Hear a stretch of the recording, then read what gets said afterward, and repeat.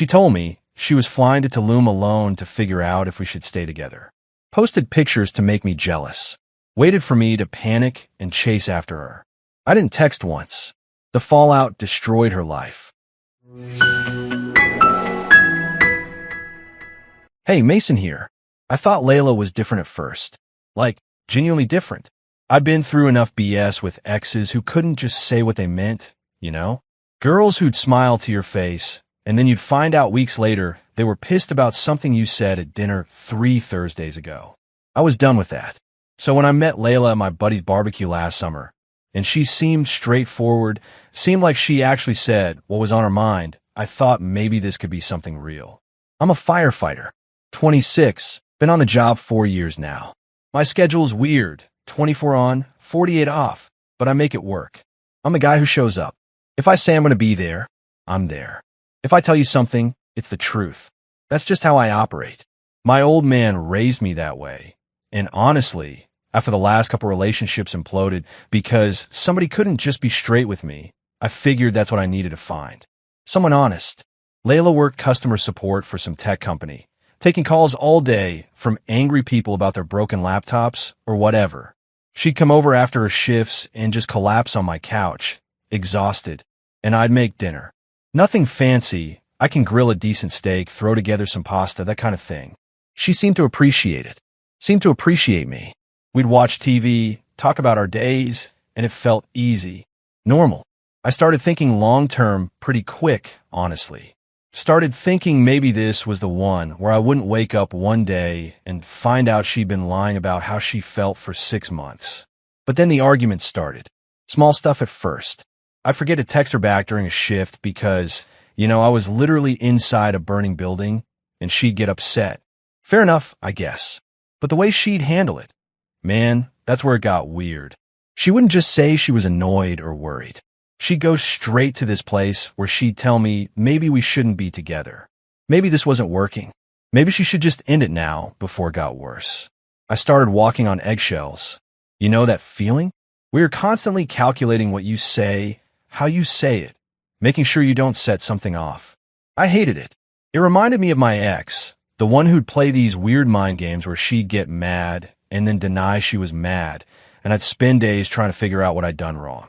That relationship ended when I found out she'd been telling her friends I was controlling, when really I was just trying to understand why she kept shutting me down. I swore I'd never do that again. Never let someone make me feel crazy for just trying to communicate. But with Layla, I kept giving her the benefit of the doubt. She was young, 24. Maybe she just didn't know how to handle conflict yet. Maybe she'd learn. Maybe I was being too sensitive. I tried talking to her about it once. Told her the breakup threats were messing with my head, that I couldn't keep doing this if every disagreement meant the end. She cried. Said she was sorry. Said she just got scared sometimes that I'd leave her, so she wanted to leave first. I felt bad for her, man. I really did. I told her I wasn't going anywhere, that she didn't need to do that. It got better for maybe a month. Then we had this stupid fight about me making plans with my brother for the weekend. She wanted to do something together. I'd already committed to helping him move, and she lost it. Said I always chose everyone else over her. Said maybe she needed to figure out if she could be with someone who didn't make her a priority. I tried to explain, tried to calm her down, but she wasn't hearing it. She left my place that night and texted me later saying she was going to take a trip. Solo. Said she needed space to think about us, to figure out if this was what she really wanted. I didn't know what to say. Part of me wanted to chase after her, beg her not to go, prove I cared. But another part of me, the part that remembered all the games my ex played, just felt tired, really tired. I told her to do what she needed to do. She seemed surprised by that, maybe even annoyed, but she didn't back down. Said she'd already started looking at flights. That's when I started feeling uneasy.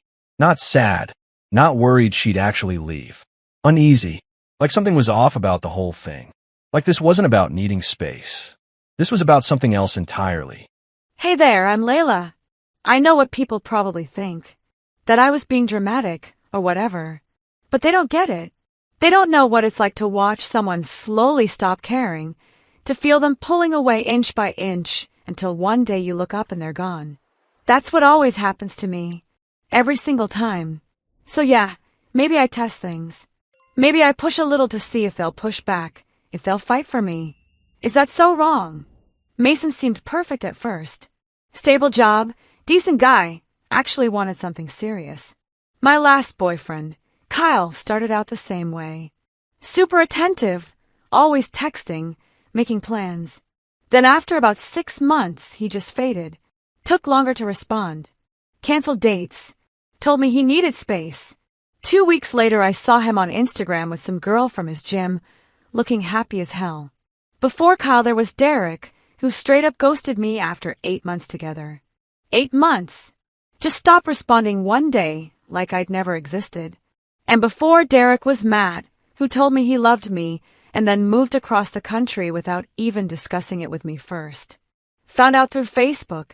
So when Mason started showing signs, wanting time with his friends, being unavailable during shifts, making plans without checking with me first, I recognized the pattern.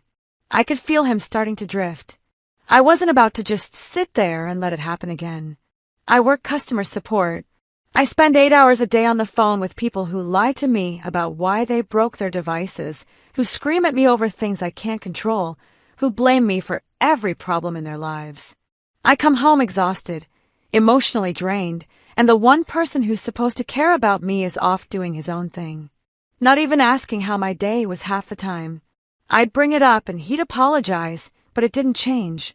He'd still prioritize his buddies, still make me feel like an afterthought. So I started testing him. Little things at first. Mentioning maybe we weren't right for each other. Seeing if he'd panic, if he'd reassure me. And he would. He'd promise to do better, hold me, tell me he wasn't going anywhere. It felt good, you know? Felt like proof he actually cared. But then he'd slip back into the same patterns, and I'd have to remind him again what was at stake. I knew the trip would get his attention. I'd been thinking about it for a while, honestly. A solo trip to Tulum. Somewhere beautiful. Somewhere I could post pictures and show him I didn't need him to have a good life. Show him I had options.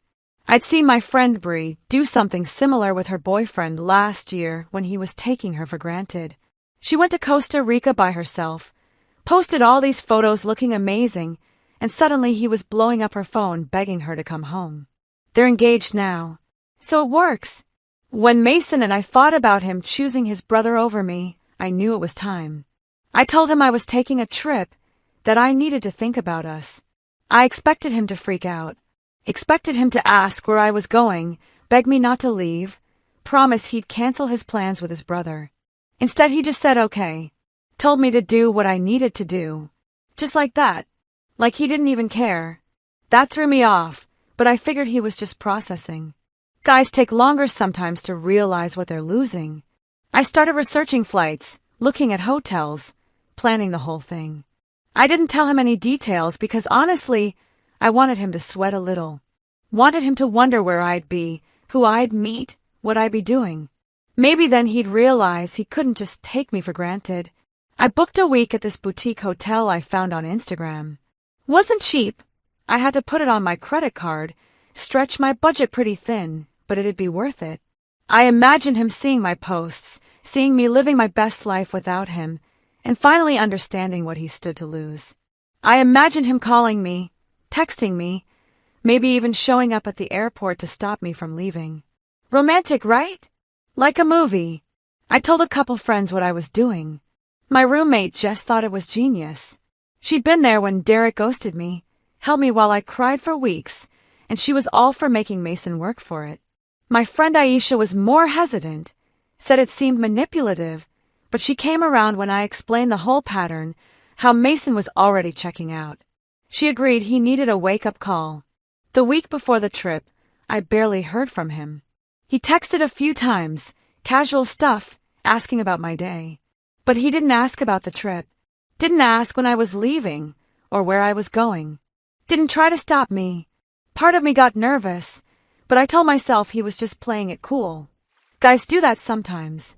They don't want to seem desperate. But when I actually left, when I posted that first photo from the airport with some caption about new adventures and finding myself, he'd crack. I was sure of it. I felt powerful booking that flight.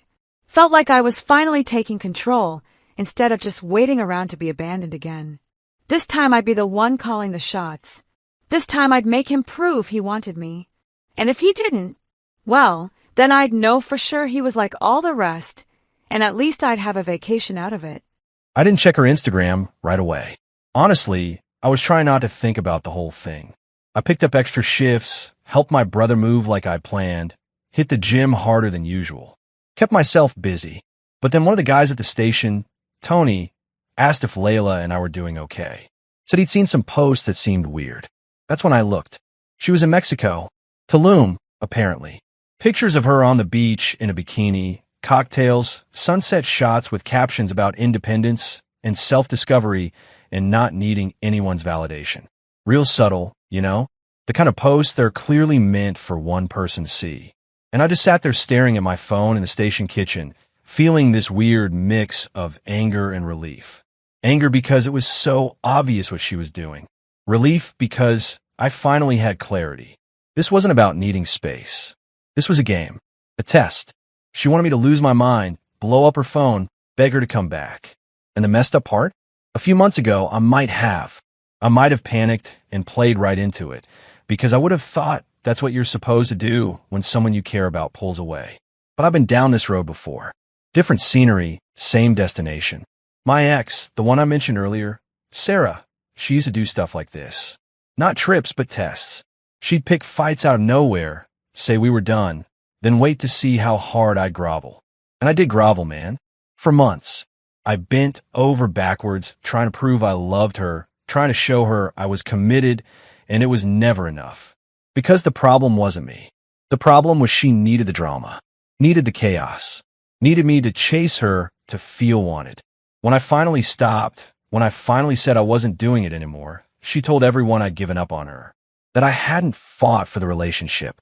Didn't matter that I'd been fighting for a year straight. Didn't matter that I was exhausted.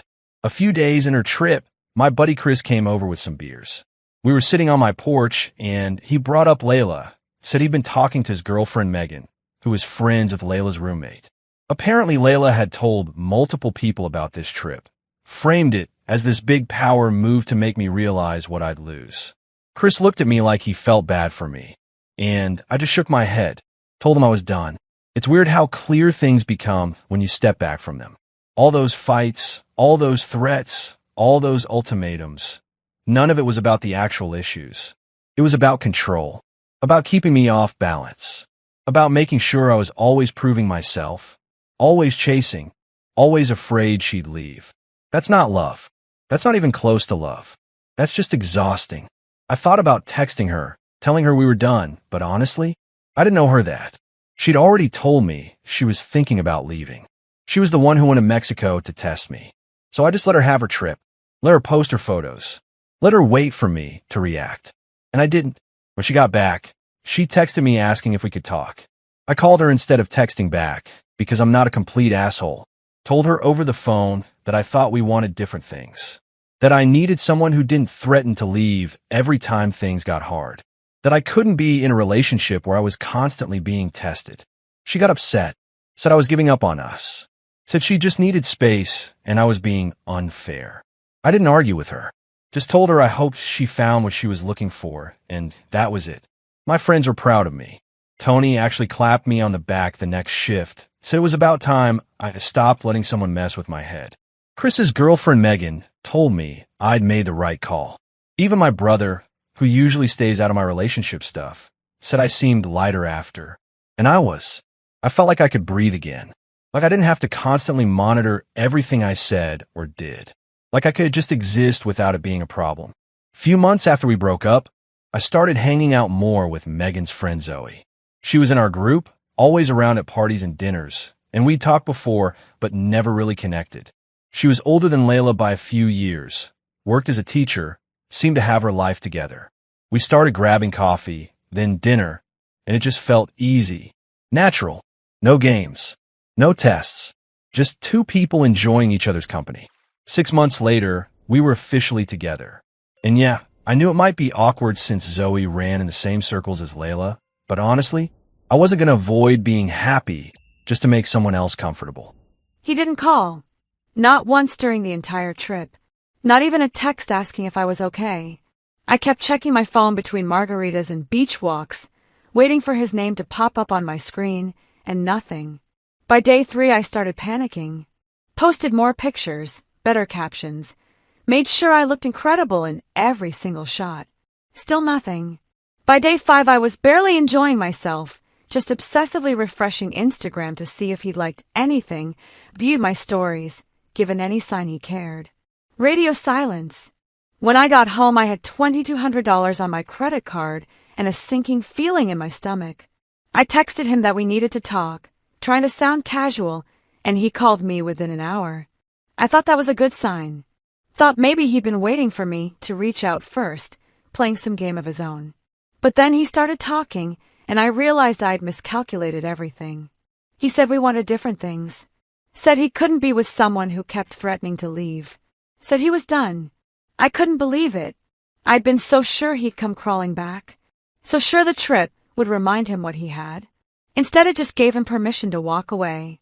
Jess tried to comfort me, said he'd realize his mistake eventually, but I could tell even she thought I'd messed up. Aisha straight up told me I'd pushed too hard, that you can't force someone to chase you. Thanks for that insight after the fact. The credit card bill came the next month. $2,200 I didn't have.